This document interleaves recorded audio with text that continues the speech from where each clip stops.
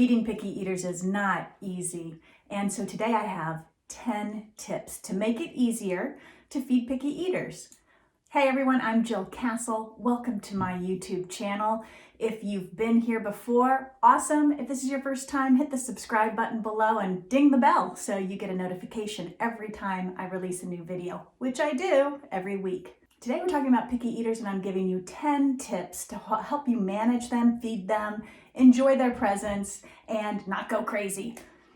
Tip number 1, you want to set up a schedule for meals and snacks. Yes, like regular times for breakfast, lunch, dinner, and the snacks in between. You want it to be about every 3 to 4 hours. If you have a really young toddler who's really growing fast, you might do it every 2 to 3 hours in between meals and snacks. But this schedule keeps not only you on track, but it offers your picky eater lots of opportunities during the day to get the nutrients and the calories and the protein that they need for growth and development. My second tip for picky eaters is to keep eating in the same location day after day after day. Why? Because toddlers and older kids, preschoolers, they like predictability. Think about it. When you send your child to preschool or to daycare, they go through the same routine. They come in, they take off their shoes, they hang their coat on the hook. We want to set up a similar routine for our picky eaters. So, for example, if meals and snacks are always in the kitchen, in the booster seat, or up at the counter, your child will know exactly when meals and snacks are happening. That predictability is so key. When you plan your meals, this is tip number 3. When you plan your meals, I want you to rely on the food groups. So we know that the food groups are protein sources and grains and fruits and vegetables and dairy foods, fats. I want you to use those categories as you plan your meal for picky eaters. By using all the food groups when you're planning meals, it allows you to make sure your toddler is getting all the nutrients that they need. So use those food groups. It really makes meal planning easy. And I often advise just start with the protein group first. So what's your protein source for that meal? Is it peanut butter? Is it eggs? Is it beef? So pick that protein first and then build around those food groups. Add in your grain, figure out your fruit, figure out your vegetable. Is there healthy fats added in? Do you need to add them in, or are they already present in some of the foods that you're offering? So think about how you're planning your meals that way. Categorize those different food groups, and that will ensure that your picky eater gets a whole bunch of different nutrients.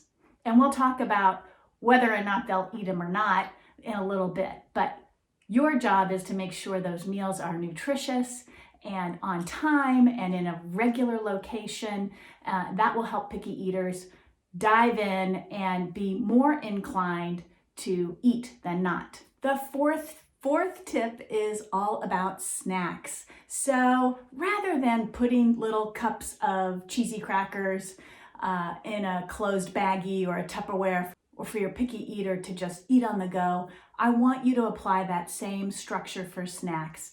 Pick 2 or 3 food groups for snack because you're going to make a mini meal. We want snacks to be nutritious and delicious for our picky eaters. We want them to be full of nutrients as well.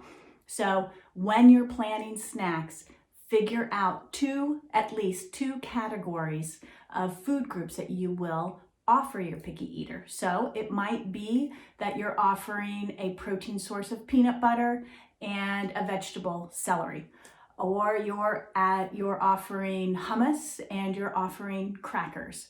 So we want snacks to be mini meals because they will satisfy your picky eater. They will provide more nutrients. And again, remember I said we're creating opportunities to eat. So that's why snacks are so important. If you are offering a meal and your picky eater is not eating it, we want snacks to fill in those gaps, to provide the nutrition that perhaps your picky eater isn't getting at mealtime. So snacks can be hugely advantageous to you and picky eaters. My 5th tip is to rotate foods within those food categories. So let me explain. We're in the grain group, okay? So we know that grains, we want to make sure we're offering whole grains at least half of the time. What's a whole grain? Brown rice, whole wheat pasta, whole wheat bread, okay? Half of the time. But within that grain group, we want to make sure we're rotating different foods, that we're creating a lot of variety within the group. So again, in the grain group, we might be offering crackers, pita bread, bagels, English muffins, bread, pasta, rice. So you get what I mean. Really trying to embrace these food groups and create rotation so that you increase the variety of different foods that your picky eater is getting, and with that you'll be increasing nutrients as well. Number 6, I want you to use creative ways to prepare food. So with vegetables, it's always the vegetables. My picky eater won't eat vegetables. There's lots of things you can do. You can add a dip. Toddlers and preschoolers and young children, they like to dip, and using raw vegetables and dip can be a great way to entice eating.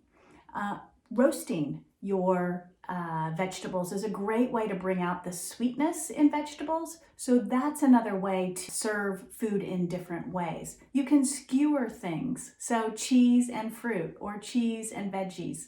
You can also cut food into different shapes. You can make sandwiches into triangles, into circles, into rectangles, and have fun that way as well. Cuten up the food. Be creative with it. That will pique any picky eater's interest. And that's the name of the game, getting creative, showcasing foods in different ways so that your picky eater is always on their toes. They're trying to figure things out, and you're enticing their interest in that manner. My 7th tip is do not nag your picky eater, because nagging actually is counterproductive. It has the opposite effect. It does not motivate our picky eaters to eat more or even try or taste food. It can demotivate them. And that's actually what the research tells us. When we look at picky eating research in terms of feeding, we know that pressure to eat, that's what it's called. Nagging is called pressure to eat. That has an opposite effect on picky eaters. It makes them turn off from those foods, have a negative association with those foods, and ultimately not eat them. So we don't want to nag or pressure our picky eaters to eat. Instead, just follow that routine with meals and snacks, make healthy food available, and let your picky eater figure it out. And to piggyback on that tip, my 8th tip is to not short order cook. We also call this catering in the scientific research. And catering is basically making a rescue meal or a second snack because your picky eater doesn't like what you're offering. When we do that, it might help your child eat in the short term, but in the long term, what we know from research is that it does not help your child try new foods. In fact, it decreases his willingness to try new foods over time. And so we end up with short order cooking, sort of backing ourselves into a corner and our children as well. So you want to get away from short order cooking. What you can do is when you're making meals or you're making snacks, you can include 1 or 2 safe foods that your child already likes, amongst all the other foods that you're offering at a meal or at snack. My 9th tip, which is one of my favorite all-time tips ever for all kids, is close the kitchen. That means close the kitchen. When mealtime is over or snack time is over, you announce, hey, everybody, the kitchen is closed. And that basically sends the message that there's no more food, there's no more eating, there's no more grazing. You have your meals and your snacks at certain times in certain locations, and that's the opportunity for your child to eat. When you close the kitchen, you send the message that we're not eating right now. You'll have to wait until the next meal or snack time. Highly effective, and kids, in my experience as a pediatric dietitian, kids totally understand what this means and they adapt well to it. And my 10th tip is to let your child have a choice. So when we allow kids to decide whether they're having an apple or a banana, or they're having pasta or crackers or bread or pita for lunch, when we give them 2 choices, which we've determined what those choices are, when we let kids determine from the choices we've offered them what they will eat, their eating gets better. This feeds into their autonomy, their desire to be independent and to have a say in the decisions around food. For you, the most effective way to do this is to give just 2 choices, particularly to the young picky eaters, toddlers or preschoolers. If you give too many choices, they are overwhelmed oftentimes, and it's just too difficult to make a choice. So being really clear and narrowing down the choices to 2 items will really help your picky eater make a decision, and he'll feel better about that decision and probably be more inclined to eating what he's chosen than if you were to choose it and just put it right in front of him. That's it, folks. I hope these 10 tips about picky eaters really is helpful to you. If you want to learn more about picky eaters, subscribe to this channel, click the bell. I'm talking about picky eaters and all kinds of kids, from babies to teens, and how to feed them and nourish them well. You can also watch my video called Praise for Picky Eaters, and if you have an underweight toddler or preschooler or older child, watch my video about how to help toddlers gain weight. As always, it's a huge pleasure of mine to be able to come to you through this venue and help you with feeding your children. That's it for this week, folks. Take care and have a great one. Bye.